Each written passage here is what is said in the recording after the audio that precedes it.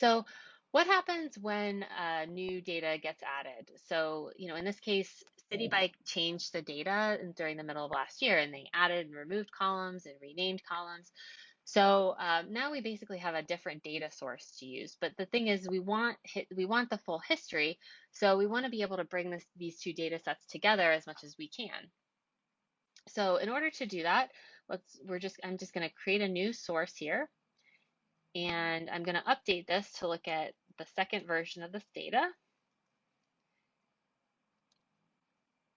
And then I'm going to add a union processor in between the source and the apply functions.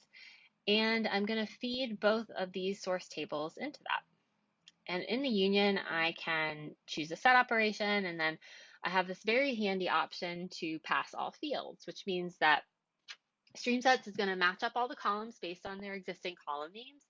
And then if there are columns that don't exist in both data sets, it will just make sure that the output stream has all of those columns. And if you're used to doing this in SQL, you know that it's not flexible at all. You have to have the exact same number of columns and they have to be in the same order. So it requires a bit of work to actually prepare, whereas StreamSets is going to take care of all that for you. And as long as the names align, it will match up the appropriate columns. I do know that there are a couple fields in here that I know I'm going to want to rename.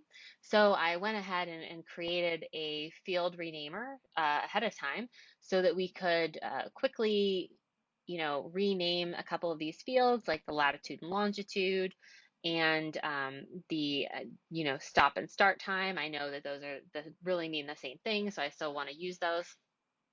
And so now if I preview, we can make sure that, first our fields are being renamed, and then secondly, that the data is getting lined up as we would expect. Okay, so here's the new data source, right? And you can see that the start and end times are different, the latitude and longitude fields are different. So if we look at the input and output of our field renamer, here we can see that the latitude and longitude fields are updated, the start and stop timestamps are as well. And if I look at the union processor, I can see that, the trip duration field that doesn't exist in both records is still in my output. It's just null. And, the same thing with some of the other columns that don't appear in both data sets. So that was actually really simple to get those two data sets lined up. And let's just take a look and see what's happening in Snowflake. When we're running those pipelines in StreamSets, we can actually take a look and see what queries were run on the Snowflake side. So if we look here, we can find this create or replace table, and this is what's actually populating the fact table right now. So this is the SQL for the pipeline that is currently on the canvas. And while I'm pointing this out, you might look at this query and say, oh, that doesn't look very efficient. But I actually took the liberty of building out an equivalent query for this pipeline. So, what you see here is actually all happening in this pipeline that's like 134 lines long.